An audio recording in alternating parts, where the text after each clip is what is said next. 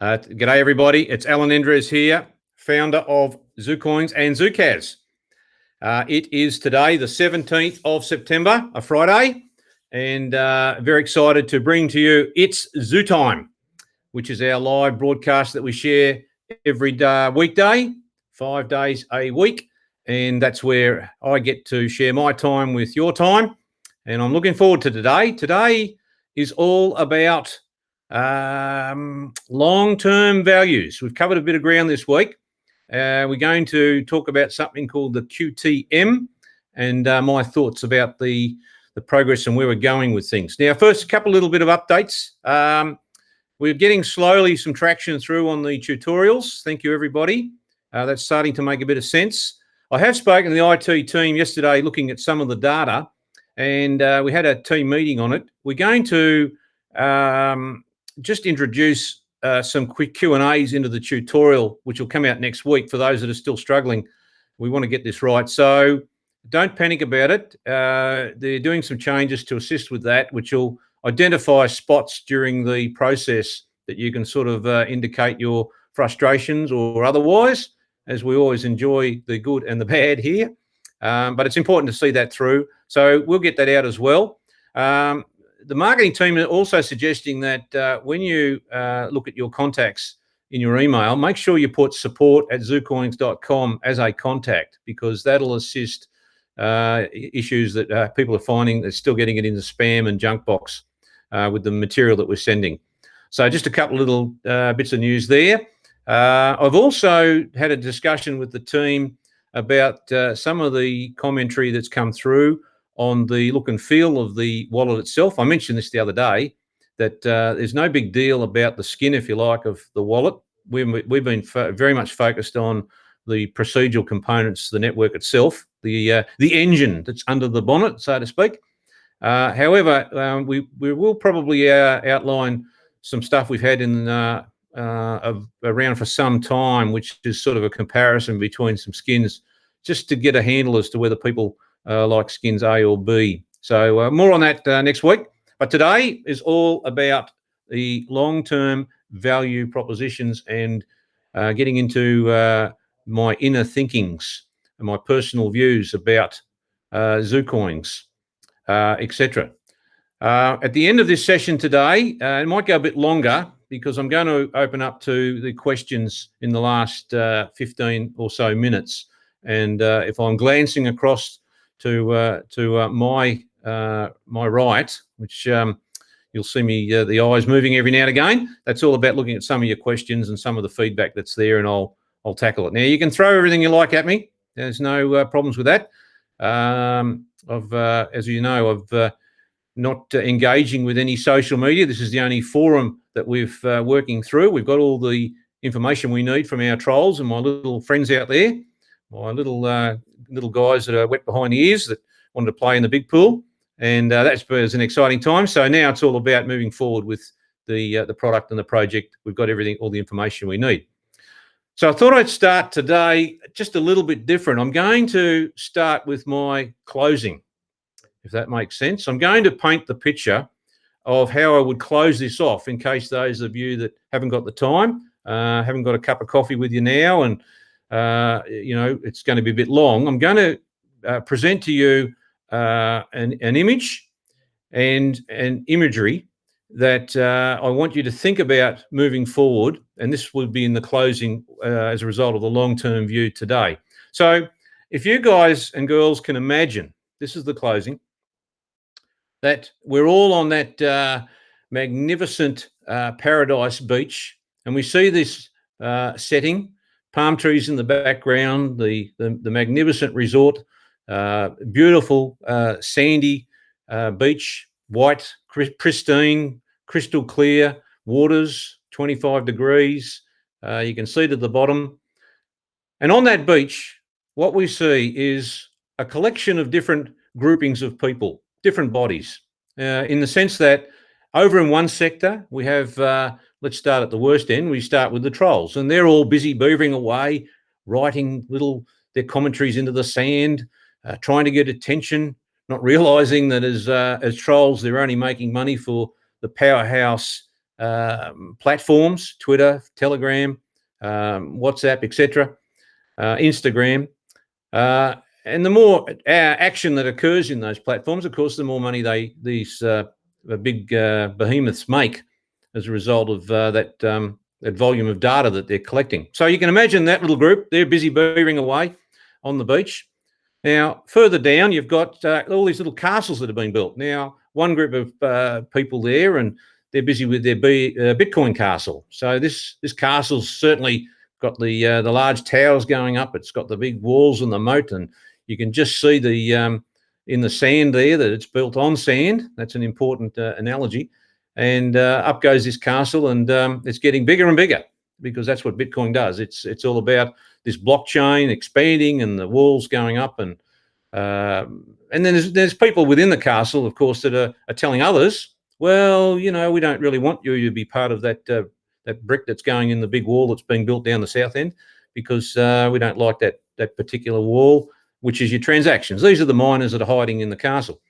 So there's a third party. And then further down the beach, you've got the beach there, and you've got all these characters that make up the world that we enjoy with the internet. You've got the Facebook team, and they're busy with their little castles and getting it to the point where they've got all these people that are coming in and visiting and making money from them, and using their data and taking all of their data to advertising means. And there's a whole lot of these that are happening simultaneously. You've got the Googles out there, and you've got the Instagrams, and basically the beach is cluttered. This huge sector of the beach is cluttered with all of these representations of people that are desperately trying to use the internet.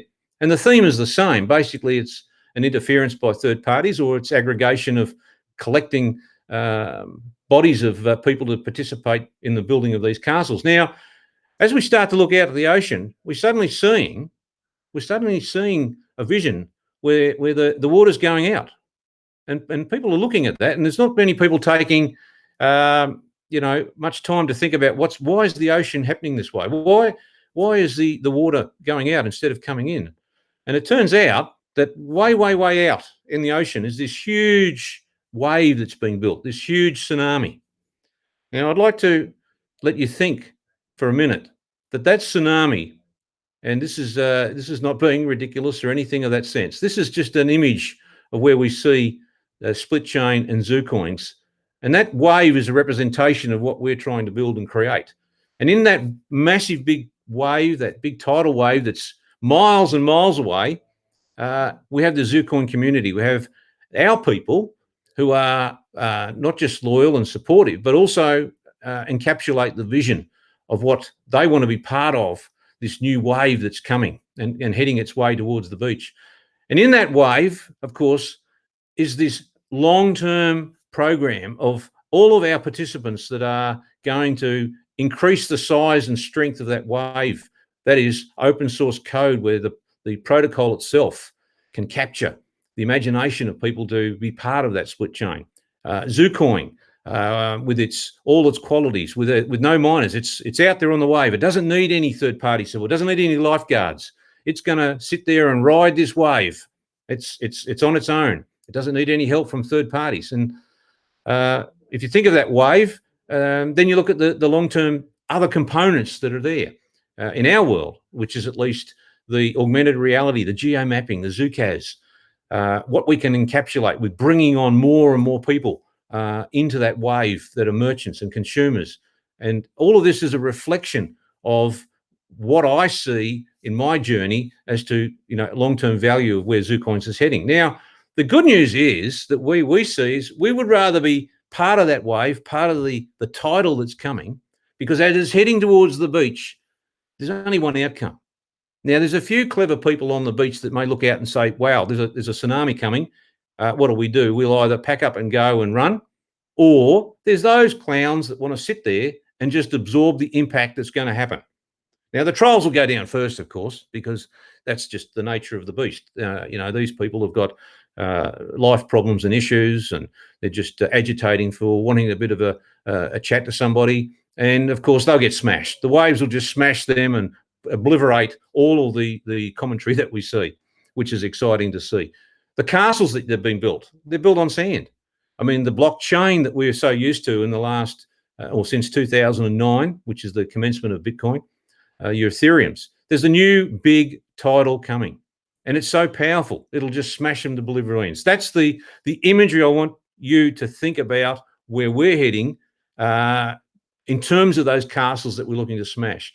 The Facebook castles. I mean, they've had a journey for 20 years, these aggregators, and that's all they are. They're glorified aggregators of your data. All they do is they lure you into the social media content. They throw at you a few exciting bits and pieces and get you excited about trying to communicate with each other. And then they take and absorb all of your data to make their own profits through that advertising journey. And the business model hasn't changed. And that's the journey that I'll be sharing as to why we see this tsunami. Now, if I now take that from that analogy and bring that into play, well, people say, well, what experience have you've got, Alan? I mean, you don't have a university degree. How can we rely on what you're saying? Well, look, my answer to that is very simple. I've had a 40-year journey of practical experience. I've had a journey that's embraced a number of life's challenges, and whether that's for me is been litigation, whether that's been IT and tech, which I love and enjoy, and whether that's been or even horse racing and pedigrees, company acquisitions, mergers, capital raisings, fighting the government, getting an insight as to how bureaucracy thinks, or rather doesn't think, more to the point, and the complacency that governments have, and the lack of accountability. All of these things go to the experience that I'm now wanting to share through the products that we're releasing. Now, just to put that in context, let's just think about the incredible development in this last century of people that come out of the blocks, give you that wealth of knowledge that they've experienced, and in time that knowledge turns into the gospel in the terms of their business or their activities. Now, John D. Rockefeller, probably in today's money, the greatest, richest man on earth, never had an education. Henry Ford was the same. And I'm just throwing these people out there so that you get a bit of a handle. But look at today's market. Where is Microsoft? Bill Gates never completed his university degree. Steve Jobs, we're on computers and laptops and iPhones. He never finished a degree. If you look at, and I've got a few there, I'll just run through. And it's an illustrious list, actually, because it means that by the time I start talking about the experiences I've had and where I see long-term, and correlate that back to the world that I enjoy, and that is research. We'll talk more about that. But the list is illustrious. You've got John and Patrick Collison, the founders of Stripe. You've got Jack Dorsey, founder of Twitter. So it's a bit of an irony when I think about the trolls. Here they are, uneducated people, or even if they are educated, that need that sort of release in life. And I'm not just focusing on them, I'm just making the point that, Jack Dorsey hasn't got a university degree, and yet at the same time, he's created a product that takes valuable time and input and data to his own advantage through the advertising business models that are prevalent today, which is very interesting in its own right. I guess the last ones I wanted then was Larry Olson, legend, Oracle, 2 times dropped out as an example. Daniel Ek, Spotify, these are big companies. Jan Koum, who's WhatsApp.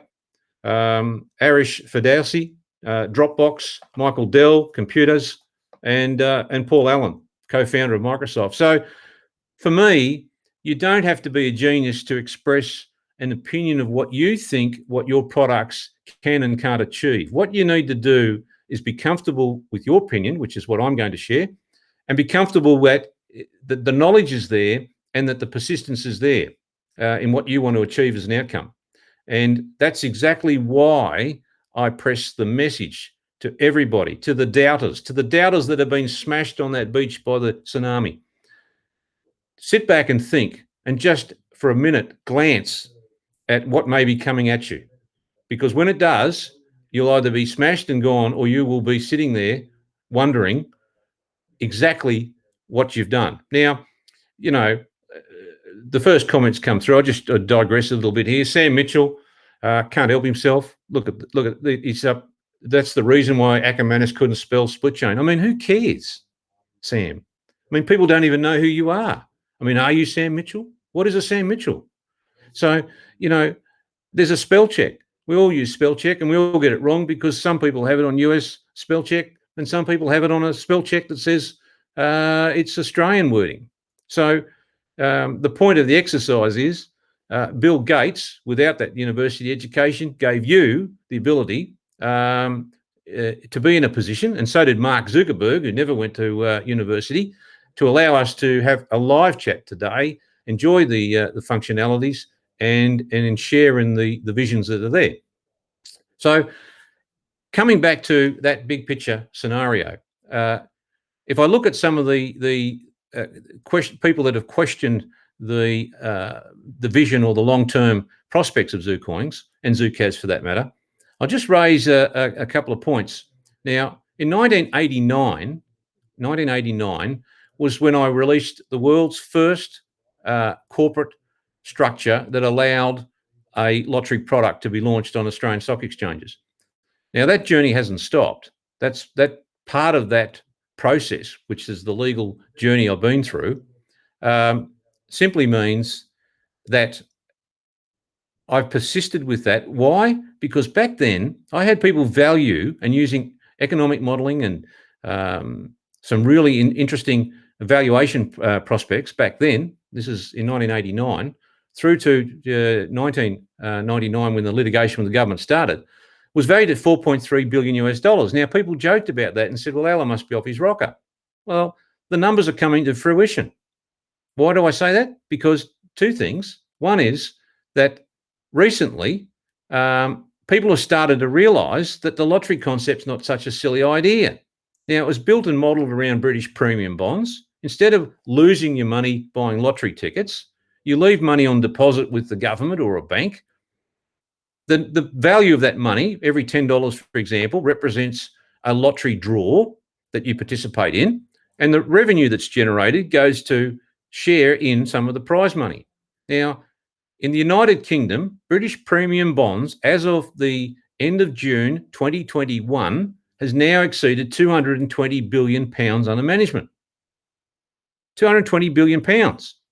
Now, a couple of young guys have come out of the blocks, must have been in England in early 2018 and decided this is a great idea. Why don't more people do this? You don't earn any interest in your bank account. You only got fees and charges, and you may as well be in a situation that you can get rewarded through a lottery and still get your gambling edit, and you get your money back anytime, 24/7. Now, there's a company called Yotta.com. Has recently raised significant sums of money. When I say that, first round of about 7 million, recently 30 million, has got a huge cap value because they have introduced that concept through an app, through a bank in America, for people to be encouraged to save and still be in a lottery. It's not difficult. But the regulatory journey I've had to go through to deliver that outcome is finally coming to fruition. That is through ZuCas. Now, why do we do that? Because it's about data. The tsunami that I've talked about is a tsunami of data, but without data that needs people to give up their rights to make money on their own data. That's the difference in the business model through ZuCoins and ZuCas. Now, that $4.3 billion claim is a serious claim. The government case will head to the High Court. I love researching litigation. I love being part of the internet for what tool it's worth. And that is, you can source and find everything you need to know if you're passionate. If you want to be part of that journey as to where you are, then of course, you've got the ability to do and find that information. Now, that information is available for everybody. And information has been provided to you by people that don't have university degrees. Now, think of the irony of that.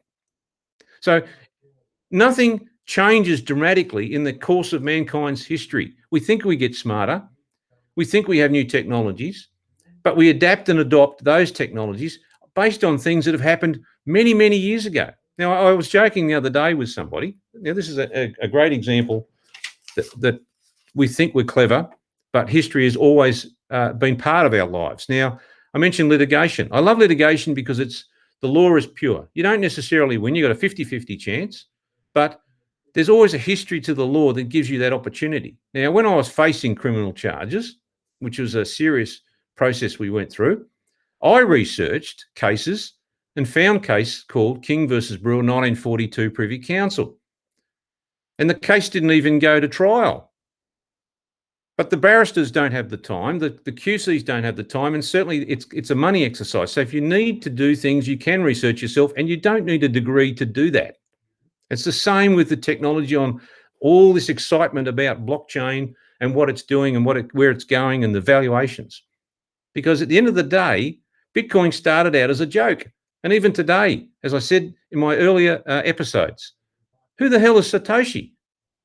If you want to know about ZuCoins, there's Alan Endres. Now, don't go to Twitter because no one knows who the hell anybody is on Twitter, except those that legitimately want to express and show who they are. Now, think of that cases. There's a case about a property acquisition. People are concerned about losing their property. So we have laws today that supposedly protect us and maintain the interest in your property.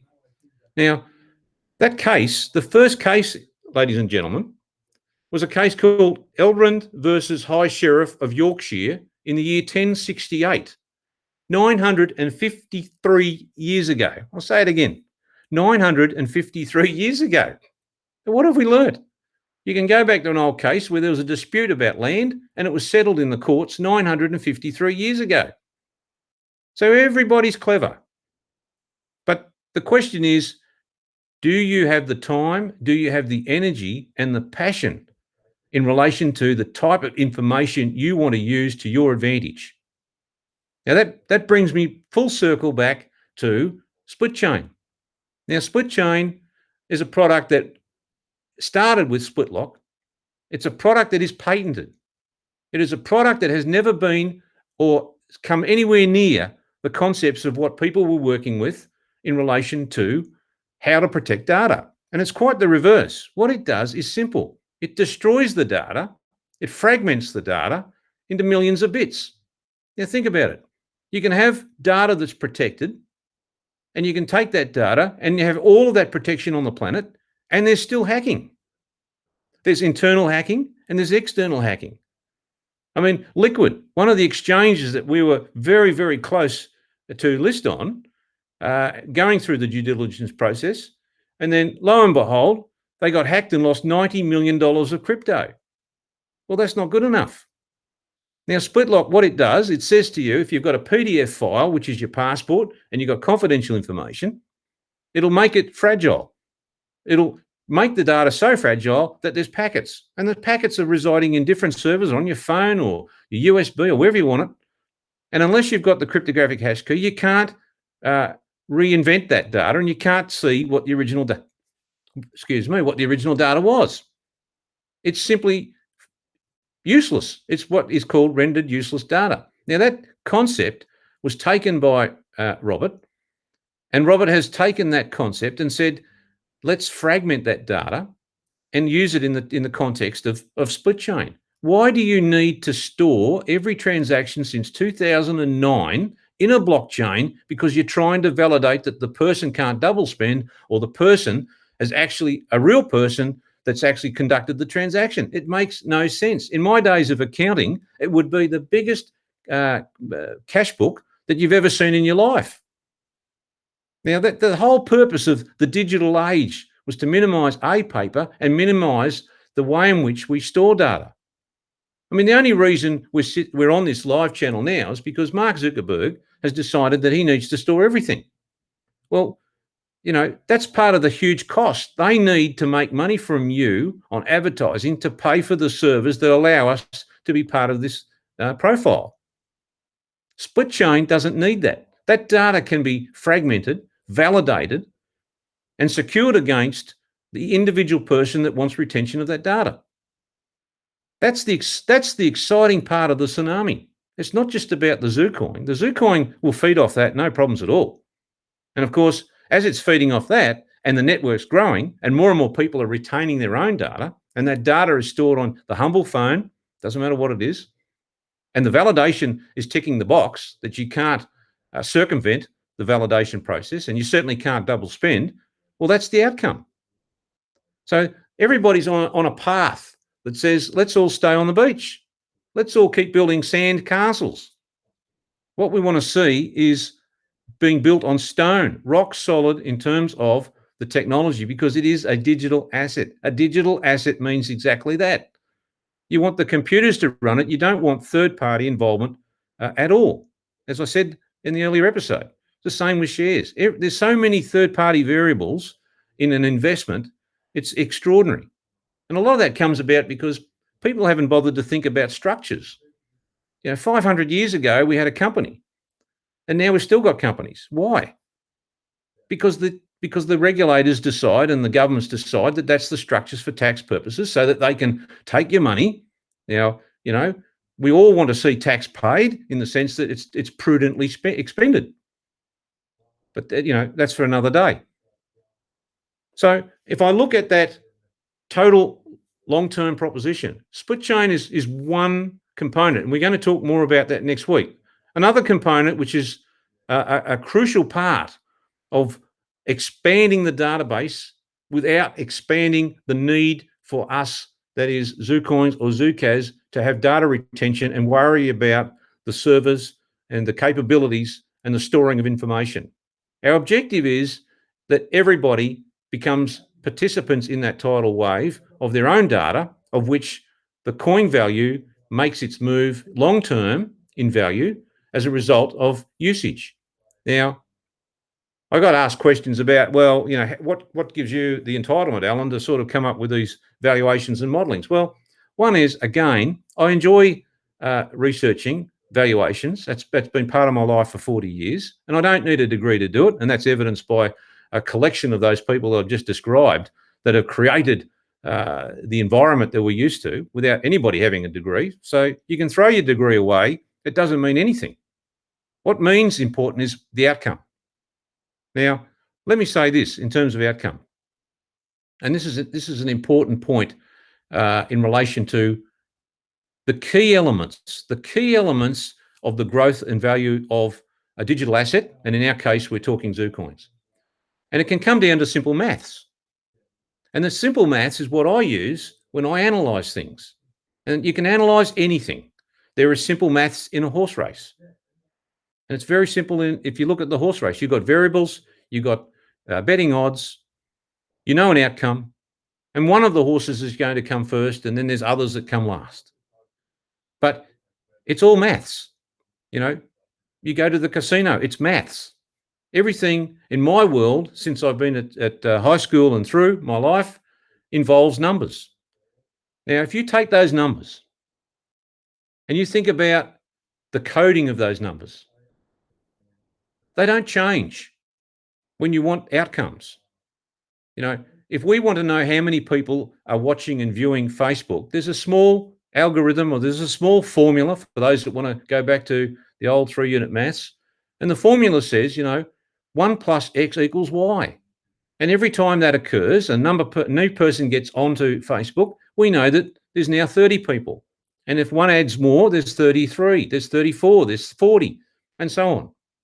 But the maths can't change. There's no human input or variable. And that's the key with digital assets. Remove any context of human input. And they say, well, the miners are really computers running algorithms, but they're still controlled by individuals.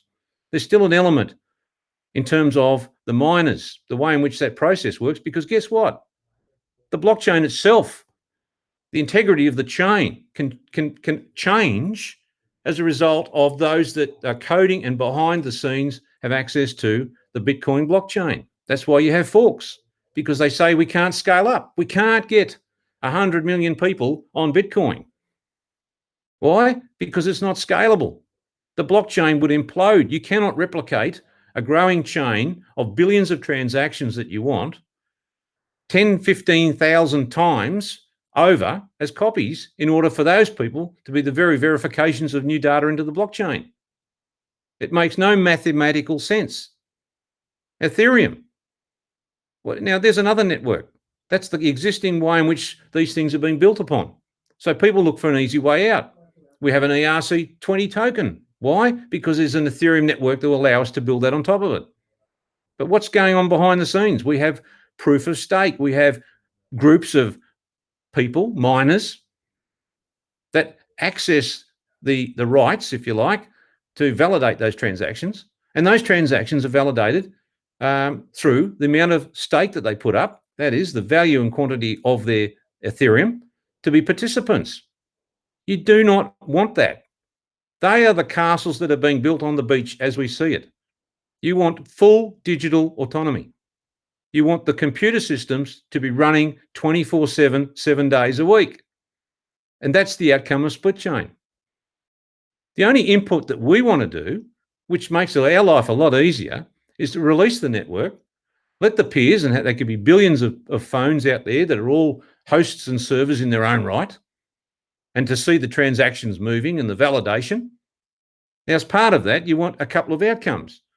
There are issues with infinite fractions in terms of the way in which Bitcoin operates. They're locked into fixed digital decimal places.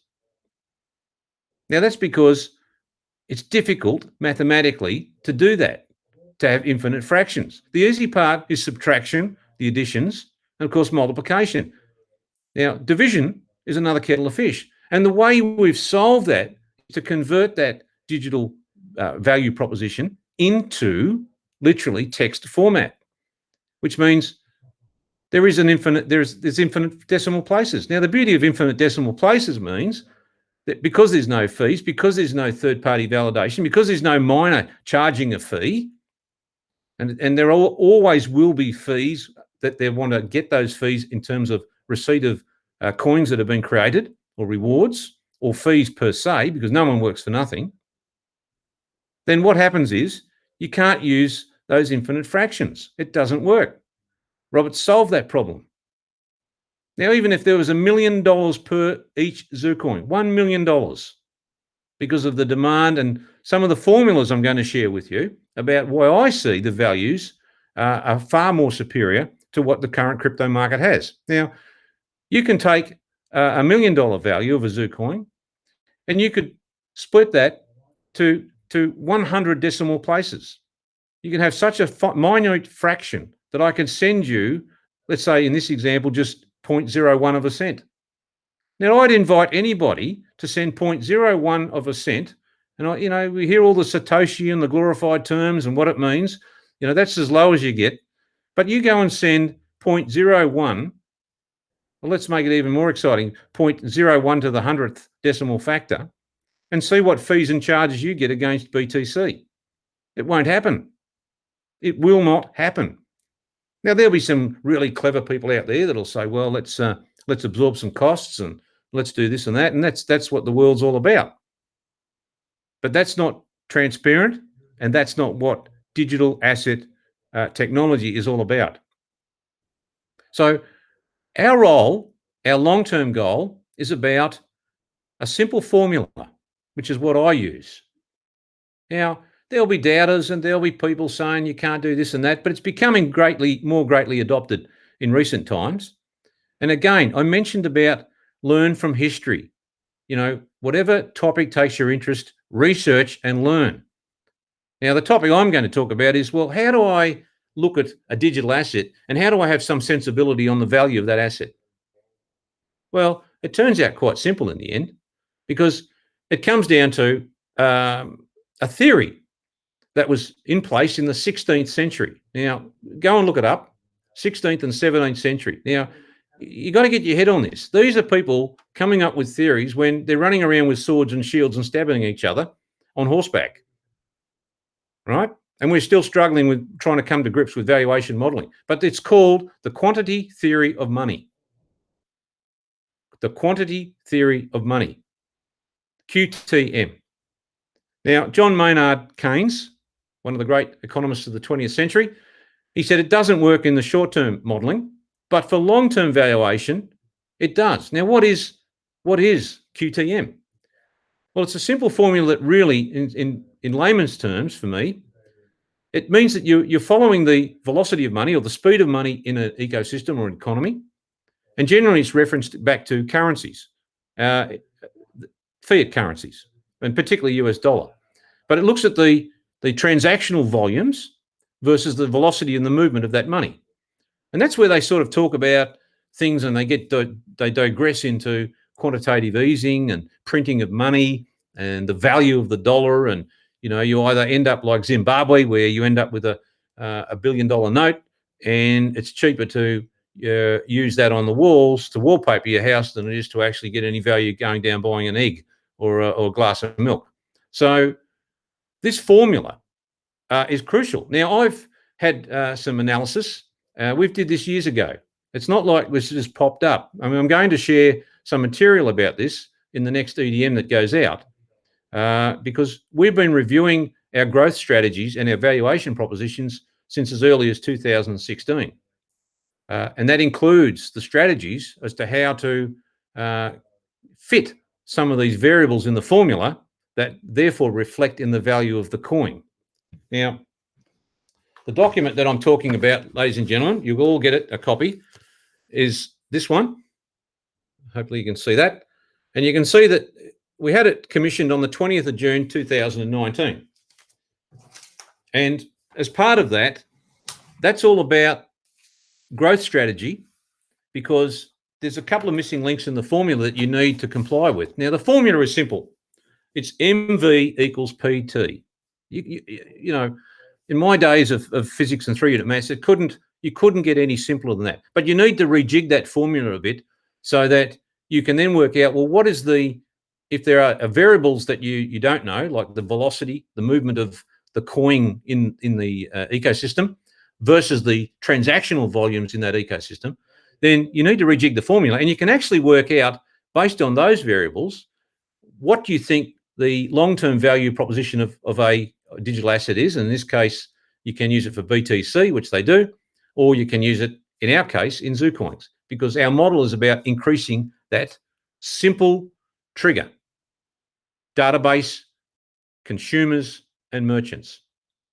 Now, the rejig of the formula basically comes down to Z, which is the ZuCoin value, equals 1 over P, which equals T over M times V. Now, M is simply the money supply, which we talk about. In this case, it's the environment with the coin.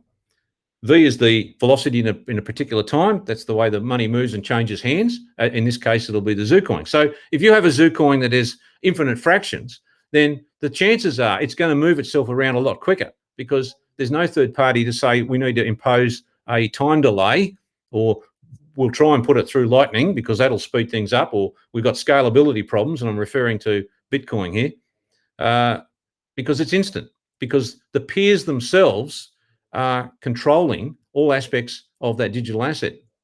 Now, P is just your price level, and T is the transaction volumes in a given period of time, and they're easy to determine. What isn't easy to determine is how do you get that market traction, and how do you do that? Now, we've placed a table which sort of steps out the visions that we've had as a team on all of the product lines that we talk about, which all at the end of the day collectively come together, and those product lines deliver a database of merchants and consumers using the coin in all its glory, whether it's transfer of value, whether it's for goods and services, and as I alluded to in my earlier episode, whether it's attaching through our small description box that we've built, through attaching contracts, electronic agreements, in an environment where you don't need IT developers to be creating new coins on smart contracts on Ethereum platform. And that's a game changer, which lends itself to the way we think about shares and investments, the way we think about companies and corporations, the way in which you don't need stock exchanges, the way in which you can readily trade amongst each other. And each ZuCoin comes with a different value proposition. It might be one ZuCoin is attached to the title to a house property, a title deed. It might be a royalty stream from a gold mine. It might be anything your imagination can get its head on. And it's just about research. It's the virtual real estate that I talk about, which we're doing. It's the lottery that I talk about, that the more money you leave with the bank in savings, the more entitlements you'll get to rewards with coins as part of that lottery program. And the proof of that is not me waffling on. The proof of that, as I said earlier, is that after 20 years, premium bonds are now one of the greatest housing assets for the British government of £220 billion of that lottery concept. And Yotta, as I mentioned, in America, have a look at it, yotta.com. Sensational product, great app, magnificent. But it's taken all the willpower I've had for 20 odd years to bring this and deliver this on a global scale, which will happen. More so, I know I'm going to get an outcome on the 4.3 billion damages because the values are there. So how do we do that? Well, this paper now, everybody, for next week, we're going to make sure that you have a read of the mandate, if you like. We've called it the Information Memorandum. It's a document that discloses the strategies and thinkings of what we wanted in 2016 to where we'll be in 2021-22, of how we can maximize ZUCAS as a world-leading app for that increase in database and relationship between merchants and consumers. Now, I don't need to complicate, and I don't need to listen to some of the trolls that are waffling on about, it's just another advertising platform. You've got to understand these people don't know or haven't researched enough about the way the business models work around the world. Facebook, for example, needs to extract money upfront from a merchant in terms of its ads. And it's a hit and miss thing. You can spend millions of dollars, and in fact, it's $50 billion or plus dollars a year that Facebook receives on advertising. Now, they don't guarantee successful outcomes of that ad. All it is that you've got a 0.08% chance of traction of getting a conversion of your goods or services being sold as a result of ads, for example, on Facebook. Now, that may be fine to say you've got 1 million impressions or 10 million hits or 30 million trolls. But does that mean you've sold the shoes or you've actually had some engagement with the consumer, that money's come in as a consumer? No, it doesn't. So the ZUCAS model turns that on its head. It says, let's decentralize the advertising. Let's give the power back to the merchant. Let's give the power to the consumer to decide what he or she wants to see, not what some third party thinks you need to see. And let them communicate directly. I mean, the internet was designed for that message between consumers and merchants from the very outset. In my day, you put up a website and you said, I'm now going to attract the attention of people. But people got lazy. The aggregators got involved and said, look, we'll handle that for you. We will bring people to your site for a cost in the hope that you'll make sales, and we'll take away that pressure of you trying to, expand your global market. Well, we got hijacked. We got hijacked because people are lazy. Now, ZUCAS says, let's create no upfront fees. Let's not take a dime on advertising. Let's put that money, that advertising dollar, into a reward or voucher of real cash value to the consumer. So instead of spending $100 with Facebook, we're going to put $100 out direct to a consumer anywhere on the planet. So the consumer gets the $100. Now, in terms of an expense on the balance sheet, or the P&L rather, that's not a cost exercise until the $100 comes back from the consumer and actually buys the goods and services. So it's an increase in sales directly with a strike rate of 100%. But why? Because we don't take money up front. There's no money up front on that ad. But the ad is incredible. It's augmented reality. It can create a three-dimensional form. This hat, I could be selling these ZuCoin hats in a three-dimensional form and drop them anywhere in the planet, 24 hours, 7 days a week. I get the analytics. I get to see where there's most sales are happening. Is it in Portugal? Is it in France? Have I got a better database that's happening? I am the merchant. I am in control. That's the exciting part of the business model, because it means that I can drop out thousands of vouchers of hundreds of dollars. Contractually, I'm obliged to honour them because that's the consumer laws in each of the jurisdictions as a merchant. And when they're received, they can be received for either online or on location, bricks and mortar store redemption. Now, think about that. The consumer now can decide what merchants he wants to deal with. He doesn't have to. He can turn things on and off. He can say, they're my favorites. I do like shoes. I do like hats. I don't like this. I don't like that. And the merchants can realize that they don't need to waste their time with their direct marketing of real dollars. Now, it's got to be real dollars. It's not one hamburger for the price of two. It's not all that old school advertising and coupon things that you see. The reason it's real dollars is because if I've got a $100 voucher I've just collected, which is a three-dimensional TV set, and behind that TV set, ladies and gentlemen, the merchant can put whatever he likes in there. It could be links to his website, it could be a live broadcast like this, it could be a multitude of things. He gets all the ads that he wants through that one voucher.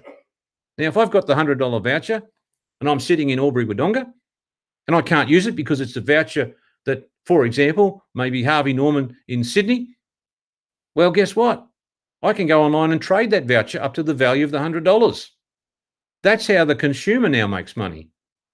Because I might say I'll sell it for $5 or $10, but I've made $10 because you want the voucher worth $100, so you're still $90 in front. I've got $10, no fees and charges. The merchant's not out of pocket, and someone who's bought it for the $10 goes and redeems it, and the merchant gets his $100 value in goods and services on whatever sale product he's got in line.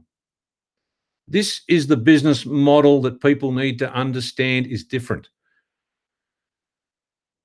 This is what happens. Now, I've just got a note.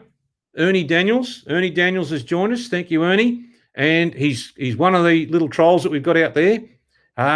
Love Ernie. I'll call him Dingo because we don't have any names for these guys. They really get me excited. And he says, well, it didn't work in ZuCas. ZuCas didn't work in Albury. Well, Ernie, let me tell you, it did because they were what called MVP product testings. We did Geelong, we did Albury, and what we do here is we test things thoroughly. And with COVID, one of the lessons we learnt was when you have people locked up, there's no point going hunting and collecting because you can't get out of the house. So the upgrades in ZuCas have been designed for release in conjunction with ZuCoins according to our template and our business model and our soft launch, which allows us for online businesses as well. So, Dingo, when you're out there at home and you need a pizza, we will be able to drop that voucher direct to you on your lazy bum while you're looking at Twitter, which was created by someone that doesn't have a university degree, and you're making money for Twitter in ridiculous comments about what you don't think or do think you know. So Ernie and Dingo is a classic example of the people on the beach that are going to get wiped out as the tsunami hits. And that's the exciting part, to see all these young fellas that don't have an interest in history or research and time and patience and making things happen. So wait a minute, I need to talk to Dingo here because he's really keen. He says, why don't I just use Domino vouchers? Well, go and use Domino vouchers. But guess what? Domino's got that as a cost. They've still got a cost because they're still advertising through the main channels in order to get that message to you to get a voucher. So in our business model, the upfront cost is not there.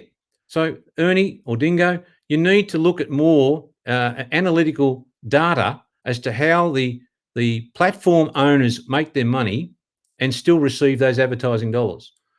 But that's for another day. That's for another education process. The focus here is ZuCas and the Material C is about giving opportunity both to merchant and to the consumer. Now, we don't have to convince merchants to sign up to any product lines like Domino's. You know, there's a cost as a result of those vouchers that the merchant's wearing that cost. Our sales pitch is simple. The sales pitch is very simple. Now, we go to a merchant, everything's on the table, it's all free. And guess what? You can use it or you don't. It doesn't cost us anything. The data fragmentation means we don't have hosting costs and worry about the storage capabilities that are required for these businesses. That's the first point. And second point is the merchant just drops the vouchers that they want to participate in order to get people into the door. It's their own money, which doesn't go to advertisers. It doesn't go to platforms. It goes to the consumer. So we have merchants. Let me assure you of one thing. It's all about merchant database acquisition. We have one merchant client on a global scale with 8 million members. Now, the opportunity for them is they can go off and spend $40 million a year with Trivago and Expedia and advertise to get your attention through those social media platforms for a 0.08% success rate. That's it. That's the numbers. And for what? Just so that you can get some at your attention to go and get, when COVID is over, hopefully at some stage in the future, that you can travel and use their rooms. Now, why not put that 40 million straight into the pockets of consumers who either A, use the voucher at the room when they book, or B, on-sell the voucher to someone else that will use the voucher? Now, in our experiments that we did, one of the great successes we had was the Geelong program of ZUCAS gave us some incredible data about those that are at universities. The uptake was huge. 10,000 plus people joined ZUCAS. There's no cost on the Hunter side of it. And that was within a week, of which, why did they want to join? Because they wanted to go hunting and collecting to sell vouchers to make money so they can use it at university or go to the pub or whatever they wanted to do to buy some goods and services through that voucher collection mechanism. We know it works. It's not an issue. I mean, the commentaries about the lottery. The lottery has been a long journey. It's been something that I've wanted and will get through a process where the digital age has caught up with the vision I had 20 years ago. You know, you can now have neobanks. You can now have APIs that allow products like ZUCAS that takes no responsibility for all requirements of getting money from consumers. It's a simple API that says, press here to join the particular neobank. The bank receives all the funds. The bank takes all of the regulatory issues and hurdles, AML, KYC. All we do is get a slice of the action at the back end by delivering consumers who want to save, because the reward is the lottery, or in our case, more importantly, the greater number of coins you have, the greater your entitlement is in those lottery products. Now, there's more to come on that, and I don't need to convince anybody, because the products are there. There's a product in New Zealand called New Zealand Bonus Bonds. It's been going for many years. And these young ones don't understand. They think that these are all new products. I mean, I talk about British premium bonds, but British premium bonds started in the year of 1674. So it's nothing new. In those days, I mean, again, just picture the imagery. We've got people with swords and shields running around in wooden boats. And the British government decided that we needed to raise money from the public. So they came up with a lottery. And we get all excited. There's floats of lotteries now. There's listed companies that have gaming mechanisms. We've got Tats Lotto. We've got all sorts of things. But they've been around for 400 years. And they still will continue to be. The only point of difference, everybody, is put back the power of the digital asset into the hands of the peer. Put that power into the peer's hands. Because once you have retention of that data, and I don't care whether it's a coin, or it's your phone number, or it's your picture, or it's your video, when you control that and you become the host and server, you will make money personally with whom you want to share. I mean, it'll put the trolls out of business, basically. I mean, the days of these people wanting to bag out me or anybody else, it's coming. That tsunami is coming, and it'll smash it to bits. So, in closing, everybody, a bit long today. I'll just say this, that I'll open up now. I'll try and glance across to some questions for the next 10 minutes or so. And let's see what we've got from some people. Sam Mitchell, he's come in. Are we getting an Australian license? Look, Sam, if you take the time to research my court cases, it went to the High Court. It's protected the copyright. It's a mechanism called Regulation 2A. It's a 14-page document. It operates within a corporate structure, and it's outside the boundaries of gaming laws across Australia and internationally, for that matter. Today is not the place for me to give you a lecture on or an understanding of the licensing there. It's been part of that journey of 20 years has been proving the legalities of that through the court systems, and that's where it sits. So the regulatory issues are really actually only residing with the banks that we use in conjunction, who will hold the funds. for protection of consumers.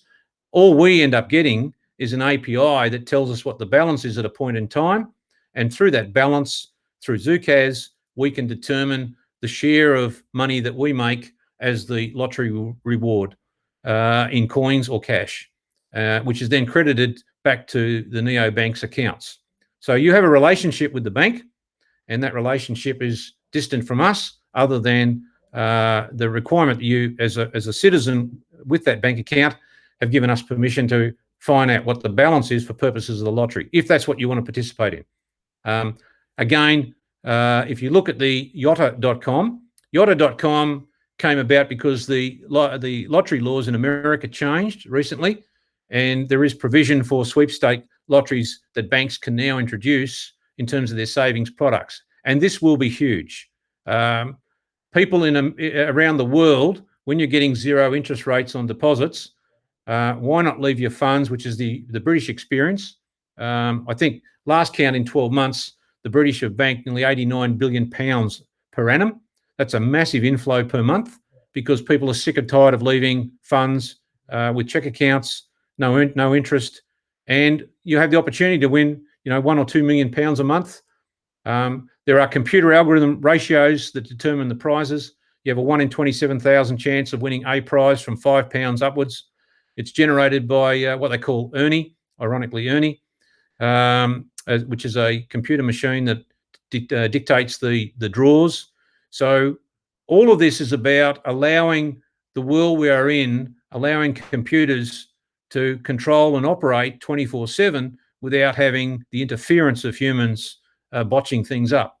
And look, we haven't even touched on the area that we've got great interest in is AI, and that's going to be another level itself of determining the way in which computers operate outside of these realms. The core point for us is minimizing our overheads and costs by not worrying about hosting. I mean, when Pinterest floated, as an example, they were looking to raise $1.3 billion US. Now, nobody bothers reading the IPO, but let me assure you, $700 million was allocated over 3 years for hosting costs, which ironically is the very pictures that you put on Pinterest in that regard. So, it's a net off. In our case, we don't have that problem. You have got enough power in your phone as a peer, if you fragment that data to what you need to become all hosts around the world. Now, the opportunity means that if there's 1 billion people hosting fractions of ZooCoins, or 1 billion people hosting pictures and videos in a ZooChat or merchant augmented reality environments, it's very difficult to hack. And we will be releasing split lock as the opportunity that when you do have your data, you can split that data and you can leave half of it residing on a USB or your PC hard drive, and the other half might be in Apple Cloud. Now, the good news is Apple Cloud can't even put that back together. So you're not going to get third parties privy to what that data is that you're retaining. It's a very powerful tool. I mean, when we do store some of our data, we have it in 3 jurisdictions, with each jurisdiction having a fraction retention of that data. I mean, not even my own coders can internally take data, because every 100 lines is split crypted. So that's the response on that one. Yes, Sam, he's on to the sending a fraction of a ZooCoin to hundreds of contacts, but the iPhone doesn't support access to contacts. Well, you're ahead of the game, Sam. Appreciate the question. And in the full release, the contacts is a crucial part where you keep favourites. In fact, that was one of the discussions, that whether we release that as a comparative alternative in the tutorials. So you're just going to have to bide your time. But yes, the contacts is for ease of access. And there's a good reason for that too, Sam. The reason being that it gives you more certainty that you're sending the coin to the person that you want to receive it. When we get to this point, we'll be recommending people send fractions in any event of negligible value. For example, it might be 1 cent, just to make sure you've hit your target, and that you know that the next transaction is going to go to that recipient that you want. So contacts is a big thing. That's in the settings profiles. We'll also be releasing things about the backups, the way in which we see that, the way we want you to split that. So there's a lot of work going, Sam, but at this stage, we're struggling to get more than 50% of the people just looking at the preliminary crucial bits, which is receiving an SMS and receiving the wallet. And as I said, our scale opportunity is to see this to tens and tens of millions of people. And we've learned a lot of lessons through Mate Tokay, one of the co-founders of Bitcoin.com, who said that clearly, whilst they've got 12 million downloads, they had 12 million headaches, and they ended up with massive staff requirements in the support. It's no good us here having, as I alluded to in the episode yesterday, one of the things about our Zangle report is that we aren't and do not want to be in a position of being the support crew for ZuCoins in any immediate future. It's going to get released. The volumes will go. We're there to achieve volumes of people and attracting them to the product. And as part of that, we're not there to be employing 10,000 people in a support desk or some call center for those issues, or even how to download a wallet. So yes, Sam, on the money, and certainly look forward to when you see the final products. Get excited. And if you've got any other valuable contributions that are positive in that sense, the team is more than receptive to see it. We're not the complete geniuses here on look and feel, but we have taken 2 years of experimentation through ZooCaz, through the pilot programs we've been doing to make sure we get this right.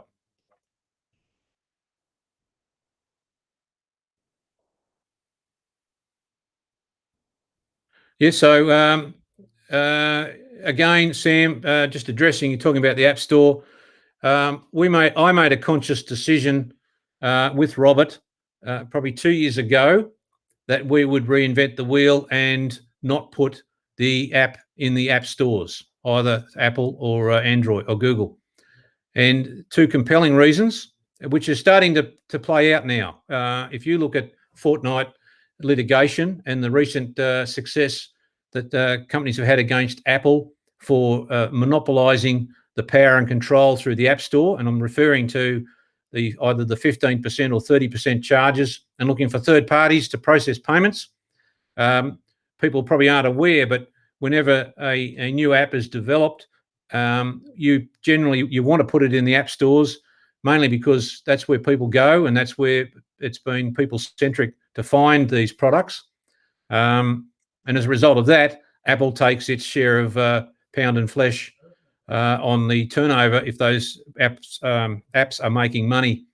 And in our case, we wanted to deliberately create a viral mass mechanism, which is easily accessible through referral, easily accessible through the exchanges and on the website. So, for example, if you were to come in when we're ready to buy ZuCoin on our website, you'll have the trading prices of the exchange. It'll filter that API through to that. But when you provide your phone number and name, press the button to pay with your credit or debit card, you will then receive an automatic SMS. You'll be able to download the wallet instantly. You don't need to go to a third-party store. You don't need to go to Apple, and you'll control that wallet. And with that control comes the ability for developers on that tsunami that I've talked about, the tsunami of developers using split chain. We're not interested in making money out of that. We want that to explode with growth. They can be free to charge whatever they like and whatever mechanisms they want. There is no central aggregator like an Apple or a Google that needs to flush out money to make as a result of the networks they're dealing with. Our business model is different. Our business model is where certainly ZooCaz makes money. We share that around, but more importantly, the value proposition is in the growth and the long-term projections of the value of ZuCoins using that humble quantity theory of money formula. And the numbers are, we're very content. This is part of the reason why the analysts and the market makers and our advisors and stakeholders said, look, the model is so big, $60 floor is irrelevant. The pricings will take care of itself. We're comfortable with as the turnover increases, and those variables being mass adoption, merchant adoption, and we've got a very solid database in that regard we've built up over many years with our merchants, and certainly the merchants love it because they take a clip based on that referral of their customers or whatever those customers do through the ZUCAS business model. So we reward merchants, and we do reward, by the way, I should mention that merchants, because they can now will be able to receive fractions or ZU coins at the prevailing rate for goods and services, they can either retain those coins or fractions on their balance sheets, or they can convert immediately to cash as part of their cash flow requirements for their business. So the encouragement we have, which is unique, is that merchants can actually sit on coins and make money, or ZU coins that is, rather than themselves, if they don't have the necessity in their cash flows to meet their overheads, then leaving it in a bank account, doing absolutely nothing. And literally that's, the bank system as it is today, based on the current interest rate environment, is exactly that. It's just a protection mechanism to house your funds whilst you're looking to do something with those monies. Now, Sam, I might let you go because you've had a fair crack, but the peer-to-peer connectivity, yes, all will be revealed with the codes. We've just locked down things that we want to protect the integrity of the ZuCoin brand globally, for example. And the last of the trademarks globally have been coming through and registered, both for ZuCoins and ZuCoin. That's a mechanism that will allow us to roll through with things like the ZuChat, allow us to put all of the major platforms on notice that we won't tolerate the use of that brands for the wallies out there, those that want to have this nonsense of the scamming issues and so forth, or creating phony sites and trying to replicate and take damage to the ZuCoin brand. So that's part and parcel, and we will be releasing what I've called with Robert, which is again another distinction point to where the current digital asset world is heading, and that is the imperative paper. Now we've got an imperative paper which alludes to the split chain, alludes to the connectivity, the incredible work that Robert's done to have people on and offline, to come back into the network, to know exactly what point they are without the blockchain, to know exactly the validation process in terms of being real for no double spend and being part of the network, emanating from the original Genesis block.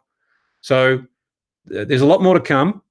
A lot more patience is needed, but certainly the upgrade of that paper is not a white paper. White paper, in my days of accounting and corporate acquisitions and mergers, is just a nonsense, really. It tries to describe and create some credibility to the thousands and thousands of coins out there, but without any great support in terms of they're marketing tools that are used to raise money. And quite rightly, the regulators need to clamp down on those white papers and ICOs, because they are taking money from people that are no different to shares or prospectuses.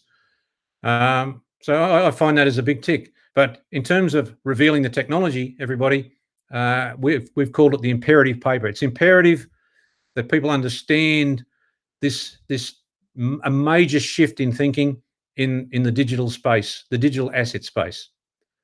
I might take one more there, guys. Well, that's a good one coming through. This is an offline one now. Yeah, it's coming through there. But about price on the coins. Look, the EDM, the email that's coming out today, the marketing team will give you my inner thinkings as described in the last two episodes. One is the short-term value using the Zangle report, which I said before is transparent for all its issues that it's raised and so forth. That's where we sit today with a B+ rating, which is investment grade, and we will build on that based on as the journey goes, as the tsunami is building out there. the tidal wave. When it smashes onto that beach, we believe that the Zangle report will change big time. And the second in the EDM, the email, is the mathematics behind the way in which I've analysed the long-term value, and it's all driven by mass adoption on a scale that, as I said, BHP is topped out at 600,000 shareholders, and generally that's those exchange listed companies can't either comprehend or cope with mass volumes in investment strategies. Whereas the digital space, the digital assets like ZuCoins, I have no qualms that with seeing the simulator that Robert's been working through, which is simulations of 1 million plus individual participants on the network. You can multiply that by 100 or 1,000, and the scalability is there that is not achievable in anything we've seen with blockchain to date. So I put my my line, everything on the line in terms of that, given the work we've done, and it's not something that we've taken lightly. We've woken up overnight, and that'll be seen in the information memorandum, which will reveal the types of merchants, the global expansions that we're looking through, which embraces, and I'll talk more about that next week, peer-to-peer NFTs, peer-to-peer control of NFTs with no fee transferability, creation of NFTs by the peers, virtual real estate, which is just mind-boggling, the lottery, which I talk about, and the concepts of the augmented reality, the geo-mapping, and the dynamic shift in the thinking of how merchants communicate with consumers, where both make money without a third party being involved. And by doing that, you're tackling a $500 billion industry. So I'll leave it at that, everybody. It's been a pleasure this week. To all my troll friends, keep it up, boys and girls. That's just stay on the beach, keep writing that stuff. It's awesome. We're getting a lot of feedback. Keep make money for Twitter and so on, and Telegram. You're doing a good job. For all of those that are part of the ZuCoin community, congratulations. You're going to see some exciting times. You'll be well rewarded through what we're putting together as a team here. Robert and the team are doing an amazing job, every one of them. And good luck to the 30 that now have been receiving their wallets. And next week we'll tease out a bit more on the tutorials, both in terms of the current skin layouts of the wallets and where we would have seen it with upgrades. We might bring that forward, as I said, with Q&As. So take care, everybody. Look after yourselves. And this is Alan Andrews signing out on It's ZuTime.